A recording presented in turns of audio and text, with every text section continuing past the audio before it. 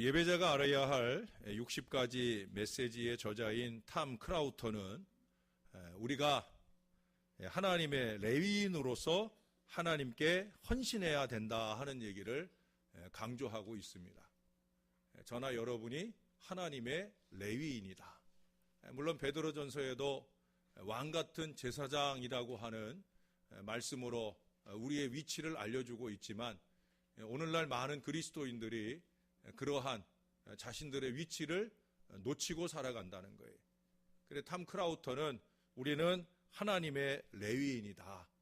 이 의식을 가지고 하나님께 헌신해야 된다는 겁니다. 그 의식이 모든 삶의 선택에 있어서 우선되어야 된다. 꼭 교회 와서 예배할 때만 아니라 또 크고 작은 모양으로 교회 안에 여기저기서 헌신할 때만 아니라 우리가 하나님의 자녀로서 살아가는 모든 삶 가운데서 나는 하나님의 레위인이다. 거룩한 제사장이다. 하는 이 마음으로 살아야 된다는 거예요. 하나님께 온전히 드려진 레위인으로서 무엇보다도 교회를 유익되게 하는 그런 건강한 믿음의 삶을 살아야 된다는 거예요. 그 중에서도 특별히 우리 목회자들이나 또 항존 헌신된 우리 장로님들 이하 안수집사 권사님들은 더더욱더 그런 마음이어야 된다는 거예요. 그야말로 뼛속까지 헌신의 열정으로 불타오를 수 있어야 된다는 거예요. 레위인들은 태어나면서부터 죽을 때까지 레위인이고 그 레위인으로서의 자기들의 역할을 감당해야 되는 20세부터 50세까지거나 또는 30세부터 50세까지거나 그런 공적 헌신의 생애 동안에 그들은 다른 이유나 핑계 없이 그 레위인으로서의 자기의 역할에 최선을 다하는 것처럼 우리가 하나님 앞에 목사로 세움받은 때부터 하나님 앞에 장로로 세움받은 때부터 우리는 그런 마음과 각오로 항존 헌신할 수 있는 믿음이 필요하다라고 하는 거예요. 여러분, 지금 바울 사도가 사역하던 그 시기의 교회들이 분쟁과 불화나 다툼이 가득한 그런 교회의 모습들을 가지면서 바울의 마음을 많이 안타깝게 합니다. 왜? 교회는 그러한 것들이 잔존하는 한 교회로서의 사명을 수행하기가 어렵기 때문에 위대한 인물을 키워낼 수도 없기 때문에 그 안타까운 마음을 가지고 이 에베소 서신을 쓰는 거예요. 에베소서는 흔히 교회론 서신이라고 합니다. 이 에베소서 안에는 교회는 어떠해야 되는지에 대한 얘기들을 처음부터 누누이 말씀하고 있어요. 특별히 이제 이 에베소서 4장에 와서 바울은 아름답고 평화로운 교회의 모습은 어떤 것이어야 하는지를 설명을 해주고 있습니다. 우리가 읽은 본문 안에서 세 가지 정도 말씀하는데 첫 번째는 부름에 합당하게 행하는 성도들의 교회여야 된다는 거예요. 따라서 한번 해보십시다. 부름에 합당하게 행하자. 1절에서는 구체적으로 너희가 부르심을 받은 일에 합당하게 행하여라고 표현을 하고 있죠. 부르심을 받은 일에 합당하게 행하여, 부르심을 받은 직분에 합당하게 행하여. 참 두렵고 떨리는 말씀이 아닐 수 없어요. 제가 여러분들에게 전에 답게라고 하는 그런 얘기들을 해드렸던 적이 있는 것 같아요. 답게. 목사답게, 장로답게, 그 이하가 아니라 그 이상의 모습으로 다움을 회복해야 된다는 거죠. 집에서 가장이 가장 다움이 있어야 되고 아버지나 어머니가 아버지 다움, 어머니 다움이 있어야 되는 것처럼 교회도 목사면 일반적으로 교인들이나 세상 사람들이 생각하는 목사다움이 있어야 되고 또 장로님들도 마찬가지고 권사님들도 마찬가지고 이 다움을 이루어야 되는 거예요. 그냥 어깨에 아니면 이 팔뚝에 완장 하나 찬 게 아니잖아요. 목사 완장 차고 큰 소리 치자고 목사하는 게 아니고 장로 완장 차고 그 장로의 자리로 그저 사람들에게 존경받는 즐거움들만 누리자고 하는 게 아니잖아요. 목사다움은 뭔가? 장로다움은 뭔가? 그 부르심에 합당하게 행해야 된다라고 하는 거예요. 왜? 교회는 결국 부르심을 받은 사람들의 모임이거든요. 예? 그래서 여기 바울이 이 얘기를 하는 거예요. 이 교회를 향한 권면을 하면서 제일 첫 번째 하는 얘기가 뭐냐? 우리가 교회 공동체는 부르심 받은 사람들의 공동체니까 우리는 부르심에 합당하게 행해야 된다. 여러분, 이 부르심이라고 하는 건 두 가지로 나타나요. 첫째는 바로 구원으로의 부르심. 저나 여러분들 여기 모든 사람들은 다 구원으로 부르심 받은 사람인 줄로 믿습니다. 그러니까 교회가 부르심 받은 공동체라는 거예요.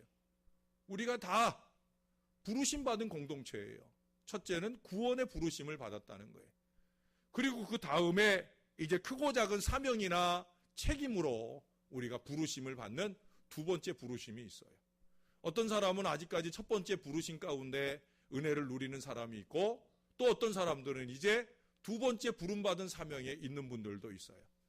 그것이 크고 작은 교사나 찬양대 이런 부르심도 있고, 더 나아가서 권사나 안수집사나 또는 장로와 같은, 목사와 같은 이런 큰 사명의 부름으로 부름받은 사람들도 있다는 거예요. 하나님은 필요할 때 필요한 사람을 부르셨습니다.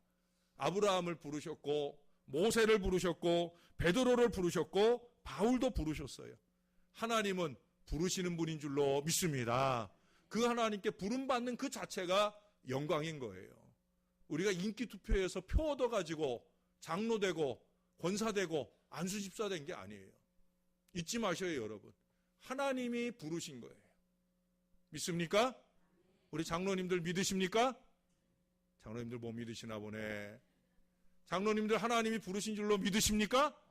예, 하나님이 부르신 거예요. 우리 권사님들, 우리 은퇴하신 권사님들까지 포함해서 하나님이 부르신 줄로 믿습니까? 제가 이렇게 물으니까 어느 어르신들은 그럴 것 같아요. 아, 나 아직 조금 더 살고 싶은데. 그 부르심이 천국 부르심인 줄 알고 그러시는 어르신들은 아마 없으시겠죠? 하나님이 부르신 거예요. 안수집사들도 마찬가지예요. 이제 피택받고 앞으로 임직될 일꾼들도 마찬가지예요. 하나님이 부르셨다. 왜 부르셨는가? 쓰시기 위해 부르셨다. 그러므로 우리는 그 부르심에 합당하게 살아야 된다는 거예요. 우리의 믿음의 선진들이 그랬던 것처럼 우리도 그래야 된다는 거예요. 여러분, 아브라함 보세요. 모세를 보세요. 베드로나 바울을 보세요. 그들은 그 부르심에 아주 절대적이었어요. 사람들이 볼 때 좀 미련하다시피 그 부르심에 대해 철저히 순응하고 순종했던 걸 보게 됩니다. 그 순종의 이유가 뭐예요? 순종할 수 있었던 근거가 뭐예요? 하나님이 부르셨기 때문에 겸손하게. 예? 여러분, 어떤 사람이 순종을 해요? 겸손한 사람이 순종하는 거죠. 여러분, 바울만 한번 보셔요. 말씀을 한 군데 좀 찾아보십시다. 고린도전서 15장 9절입니다. 그 앞에 고린도전서 15장 9절.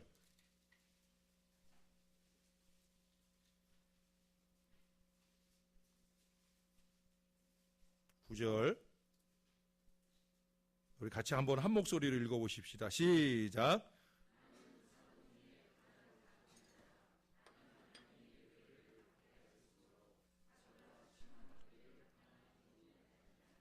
아멘. 자, 여기 바울이 얼마나 겸손한지 여기 보면 나는 사도 중에 가장 작은 자라.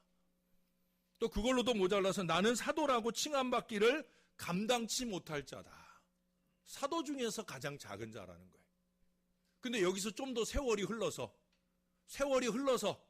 이제 사도의 역할을 아주 강력하게 감당하고 있는데 그런 바울이 어떻게 고백을 하고 있느냐. 여러분, 오늘 우리가 읽었던 에베소서 4장 말고 3장을 보십시다. 3장. 예, 에베소서 3장. 자, 15장 9절에 사도 중에 가장 작은 자라 고백했던 바울이 세월이 흘러서 경륜과 연륜이 더해간 바울이 어떻게 고백을 하느냐? 에베소서 3장 8절을 한번 읽어보십시다. 시작. 모든 성도 중에 지극히 작은 자보다 더 작은 자에게 이 은혜를 주신 것은 측량할 수 없는 그리스도의 풍성함을 이방인에게 전하게 하시고. 할렐루야. 여러분, 사도보다 작은 사람이 작아요? 성도보다 작은 사람이 작아요? 너무 어려운 질문인가? 예? 사도보다 작은 사람이 작아요? 성도보다 작은 사람이 작아요? 정말 맞아요? 그렇잖아요, 여러분. 사도보다 가장 작은 자라고 스스로를 고백한 것도 야, 대단히 겸손하다. 예? 그렇게 생각되어지는데 바울은 거기서 멈추지 않아요. 그의 연륜이 더하고 그의 능력이 더해졌는데 그 연륜과 능력이 더해졌는데도 불구하고 그는 오히려 교만이 자란 것이 아니라 오늘 뭐라고 그래요? 성도 중에, 그것도 모든 성도 중에 지극히 작은 자보다 더 작은 자. 그러니까 자기는 아무것도 아니라는 거예요. 예. 그러니까 바울이 얼마나 겸손한 사람인지를 알 수 있죠. 뭐 조금, 예?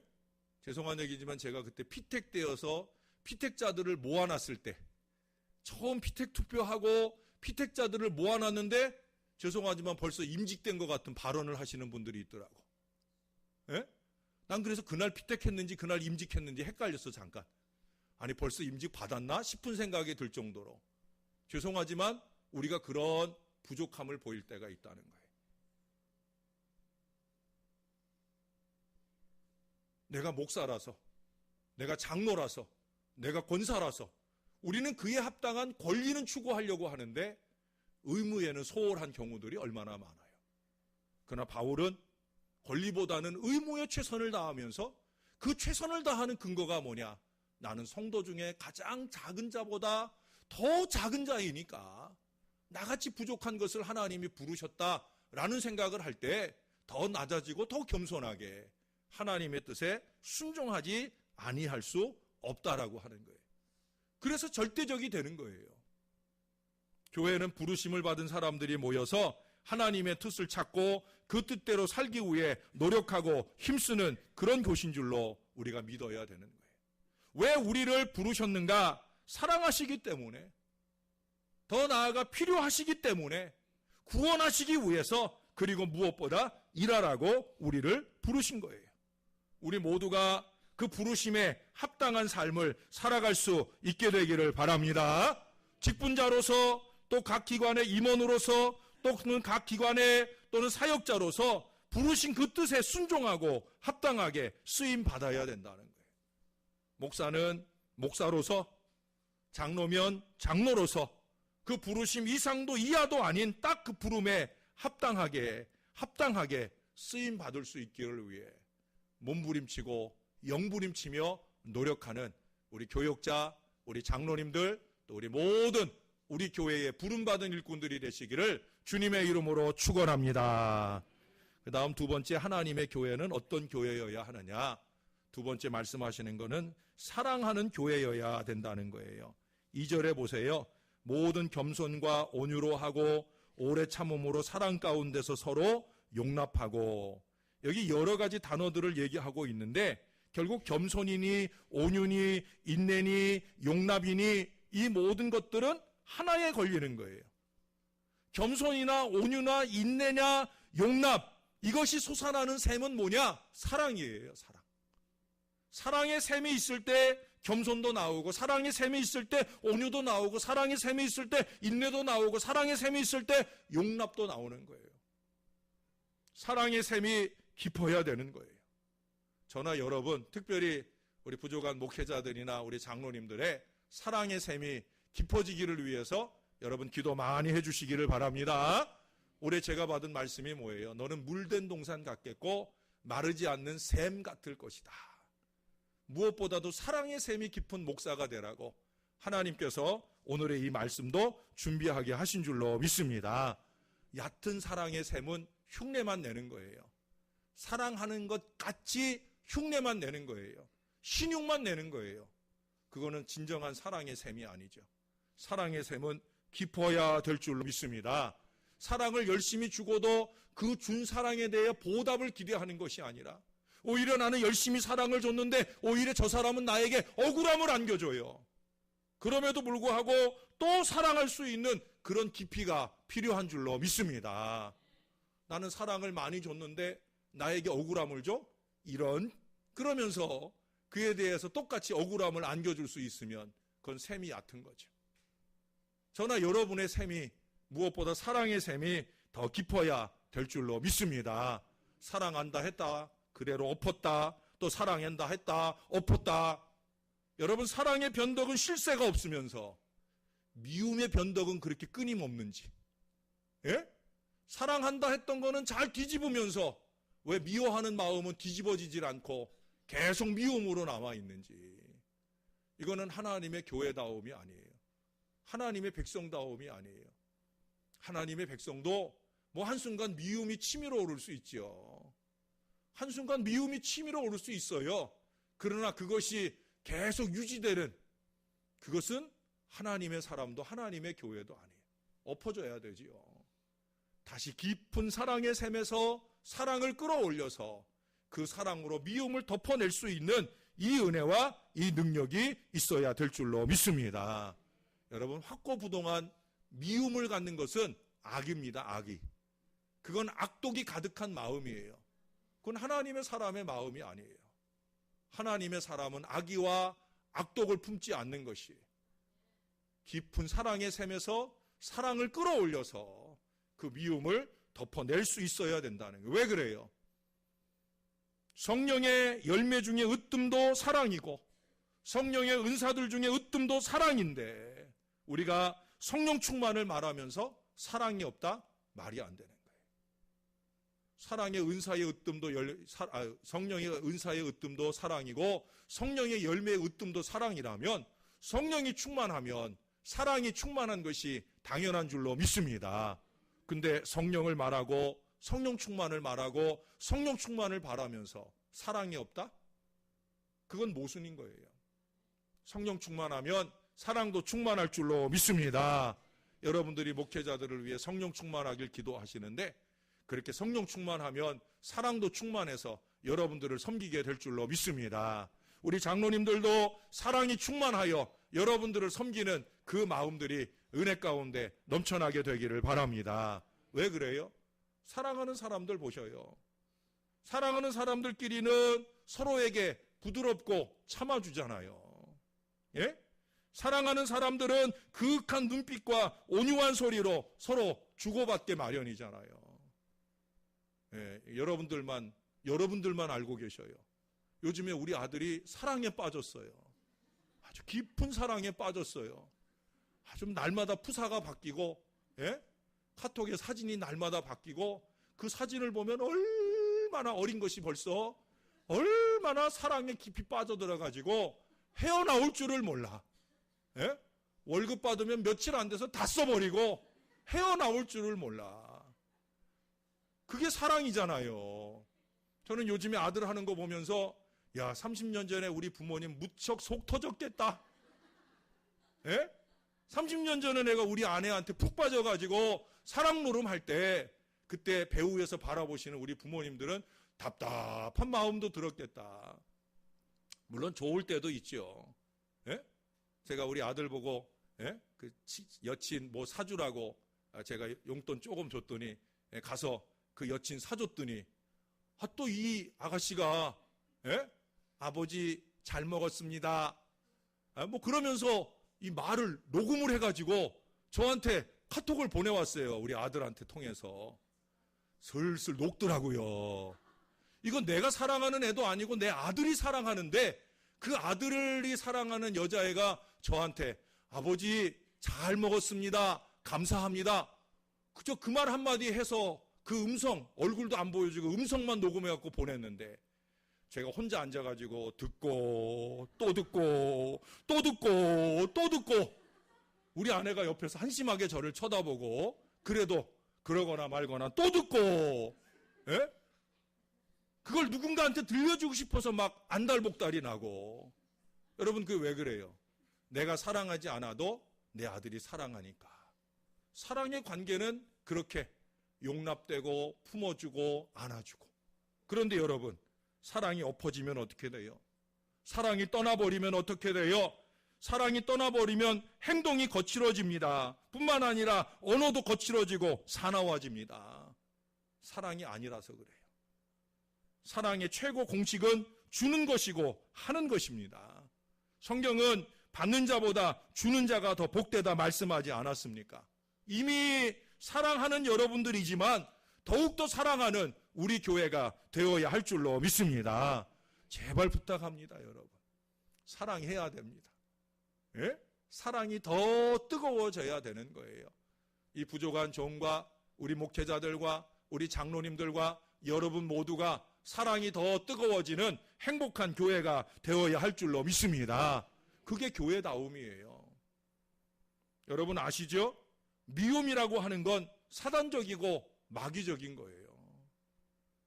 지옥 생활입니다. 제가 하나 물어봅시다. 여러분 천국 갈 거예요? 지옥 갈 거예요? 천국 갈 거 맞아요? 천국 갈 거 맞으면 천국 갈 사람답게 살아야지. 예?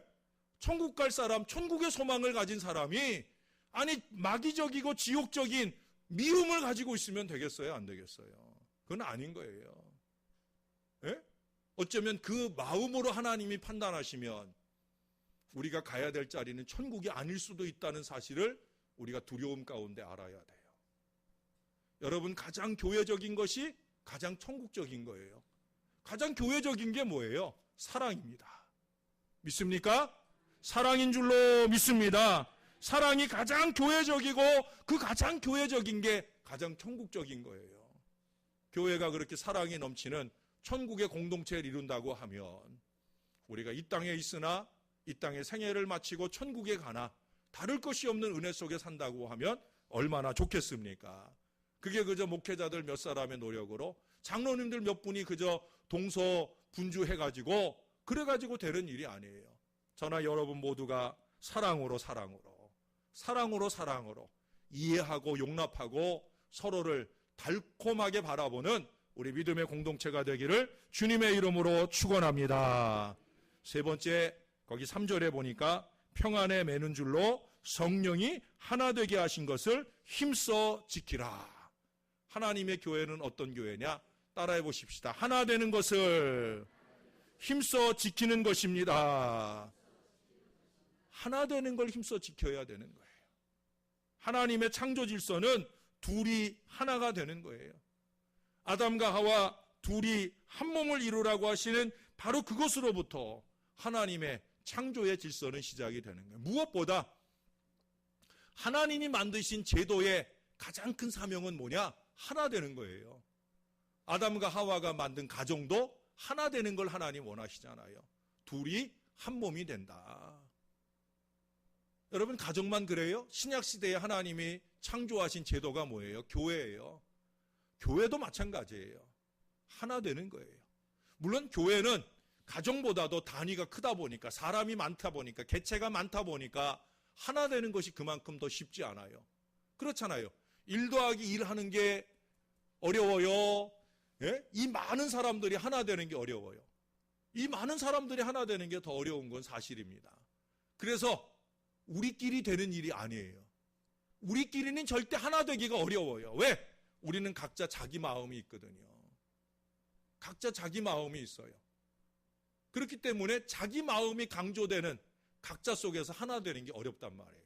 그래서 여기 뭐라고 그래요? 성령이 하나 되게 하신다는 거예요. 나나 우리가 하나 되는 것이 아니라 성령께서 하나 되게 하시는 줄로 믿습니다. 성령이 하시는 일이라는 거예요. 우리는 할 수 없어요. 이 목사 혼자 아무리 발버둥 쳐도 안 되는 일이에요. 안 되더라고요. 절대 안 돼요. 그러나 너나 없이 우리 모두가 다 하나님의 성령의 은혜를 받으면 그 성령이 하나 되게 하실 줄로 믿습니다. 바울이 이 진리를 말하고 있는 거예요. 여러분 그래서 그 다음 4절을 보세요. 몸이 하나요 성령도 한 분이시니 이와 같이 너희가 부르심의 한 소망 안에서 부르심을 받았느니라 라는 얘기를 해요. 그 뒤로도 가면 주도 하나요 믿음도 하나요 세례도 하나요 하나님도 하나다. 그러므로 너희도 하나가 되어야 된다. 누구를 통해? 성령을 통해 하나가 되어야 된다 말씀하고 있습니다. 하나가 된다 하는 것이 무엇을 말합니까? 바울은 교회가 하나 되는 중요한 조건을 오늘 밝혀주고 있어요. 그건 뭐냐? 교회가 하나 된다고 하는 것은 평안에 매는 줄. 평안에 매는 줄 성령에 의해 하나가 되어진다. 우리가 하나가 될 때 평안과 평화가 넘치게 될 줄로 믿습니다. 하나됨은 성령의 사역이에요. 그러므로 성령의 사람은 하나됨을 위해 노력할 수밖에 없는 거예요.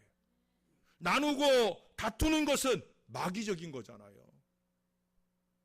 성령의 사람, 우리 어제 새벽 아침에 우리가 제 설교를 시작하면서 우리가 그런 고백을 나눴잖아요. 다시 한번 따라해 보십시오. 나는 하나님의 사람이다. 나는 성령의 사람이다. 정말이에요? 성령의 사람이면 우리가 하나여야 되는 게 당연한 거예요. 하나만 되면 우리가 서로를 만날 때, 서로를 대할 때 평안하게 되어지는 줄로 믿습니다. 샬롬의 은혜가 넘치는 역사가 나타나게 되어진다는 거예요. 성령의 사람은 하나됨을 위해 노력해요. 자기를 희생하고 자기를 버리면서 하나 되기를 위해서 노력해요. 그러나 마귀는 그러지 않아요. 마귀는 다투는 자입니다. 싸우고 싶게 만들고 뭔가 불평하게 쉽게 불평스럽게 만드는 것, 그게 마귀적인 거예요.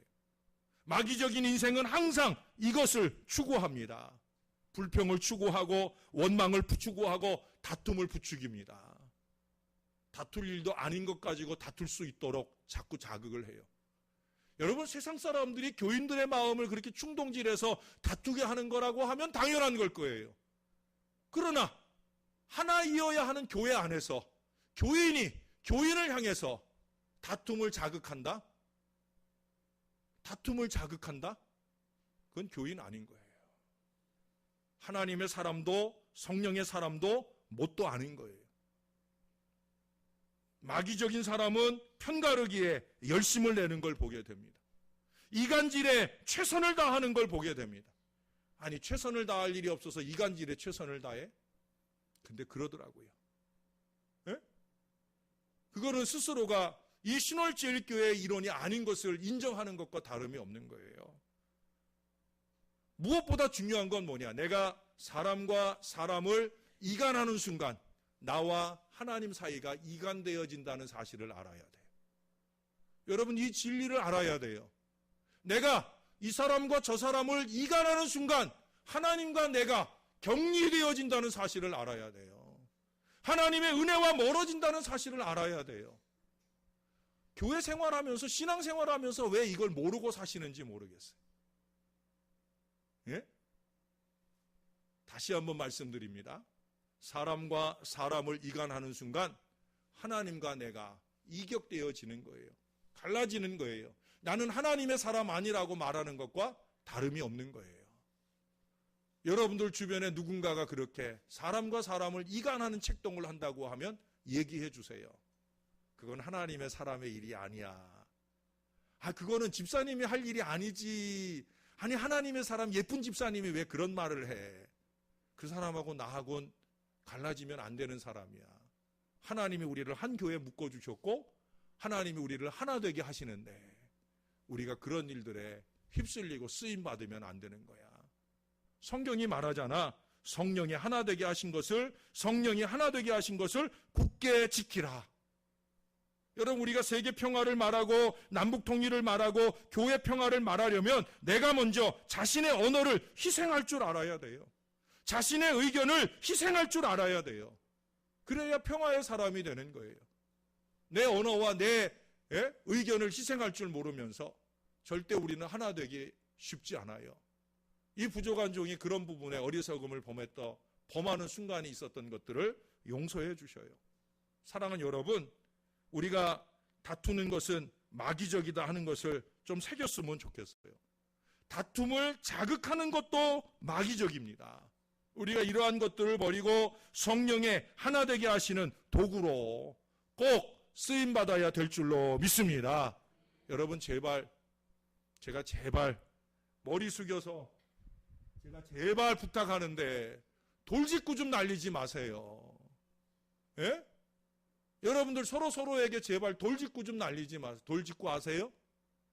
어르신들은 잘 모르시는구나. 진짜 모르시나 봐요. 김동희 권사님 끄떡끄떡 하셔요. 예, 누구한테 가르쳐주라 할까? 누가 돌직구를 평소에 잘 날리더라? 그분이 잘 가르쳐줄 것 같은데. 여러분, 돌직구 좀 날리지 마셔요. 예? 아무리 옳은 말도 돌직구 날리지 않도록 저도 여러분도 노력해 보십시다. 무엇보다 이 사람 위한답시고 저 사람과 이간질이 될 그런 말 옮기지 마셔요. 그 사람 위하는 거 절대 아니에요. 그 사람 위한다고 저 사람의 얘기를 그대로 옮겨줘서 그 사람 마음에 상처도 주고 이 사람에 대해서 미움도 생기고 그래서 갈라놓는 거, 그거 지금 하나님의 사람이 하는 일 아니에요. 이 사람 위하고 있는 게 아니에요. 자기는 마귀 일 하는 거고 이 사람은 더 마귀 자식 만들려고 끌고 가는 거나 다른 거 아니에요. 명심해 주셔요, 여러분. 제가 오늘 하나님의 교회는 이라는 제목을 가지고 성경에 있는 그대로를 말씀드리다 보니까 이런 말씀을 드리는데, 그거 절대 위하는 거 아닙니다. 전염병 옮기는 거예요. 마귀병, 망조병, 함께 망할 병에 병 들어가게 되는 거예요. 그러면 더 이상 교회도 아니고 교우도 아니고 교통하시는 성령의 역사도 일어날 수가 없다는 거예요. 부족한 종이 말하지만 이게 성경적이고 이게 성경이 말씀하시는 진리예요. 여러분, 우리는 교회여야 하잖아요. 우리는 교우여야 하잖아요. 우리는 교통하시는 성령의 역사가 힘있게 나타나는 교회가 되어야 할 줄로 믿습니다. 그런다고 하면 우리 안에 틈틈이 자극되어 쏟아져 나오는 이 마귀적인 것들을 우리에게서 도려내야 돼요. 교회는 하나 되는 겁니다. 우리 목회자들과 우리 당회는 이 하나됨의 모범을 보이도록 더 노력하겠습니다. 오늘 새해 첫 번째 헌신 예배를 우리 교역자와 당회원들이 함께 하나님 앞에 올려드리는 이유는 다른 데 있지 않아요. 바로 이 은혜와 이 역사를 위해서 우리가 하나님 앞에 이 예배를 올려드립니다. 저희가 겸손히 다시 한번 여러분들에게 다짐하고 올 한 해 동안 우리 당회와 또 우리 교역자들이 여기 말씀하는 것처럼 부르심에 합당하게 일하겠습니다. 사랑으로 행하겠습니다.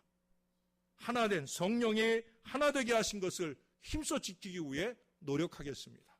이런 다짐들을 저희가 여러분들에게 드리면서 여러분들도 저희와 함께 하나님의 교회 신월제일교회가 교회다움을 회복하고 거룩한 하나님의 공동체를 이루어가는 복된 교회가 될 수 있기를 이 1년 동안 열심으로 노력하는 저와 여러분 되시기를 예수님의 이름으로 간절히 축원합니다. 기도하겠습니다. 하나님, 하나님의 교회가 어떠해야 할지에 대한 주의 말씀을 들었나이다. 우리가 주의 말씀대로 교회의 교회다움을 이루어가는 일에 최선의 노력을 기울일 수 있는 저와 이 모든 자녀들이 되게 하여 주옵소서. 때때로 마귀가 우리의 마음을 틈타나이다. 때때로 마귀가 우리의 입술을 틈타나이다. 우리의 입술과 우리의 마음을 통해 다른 사람들의 마음까지도 틈타려 할 때가 있나이다. 오 아버지 하나님, 성령으로 우리의 마음을 채워주시사 주 뜻을 이루어가는 소망의 사람들로 쓰임받게 하여 주시옵소서. 부르심에 합당하게 주 앞에 행하여 주께 영광 올려드리는 믿음의 직분자들 되게 하시고 우리로 통하여 교회의 교회다움이 온전하게 이루어지는 신령한 공동체 되도록 은혜를 더하여 주시옵소서. 예수님의 이름으로 기도합니다. 아멘.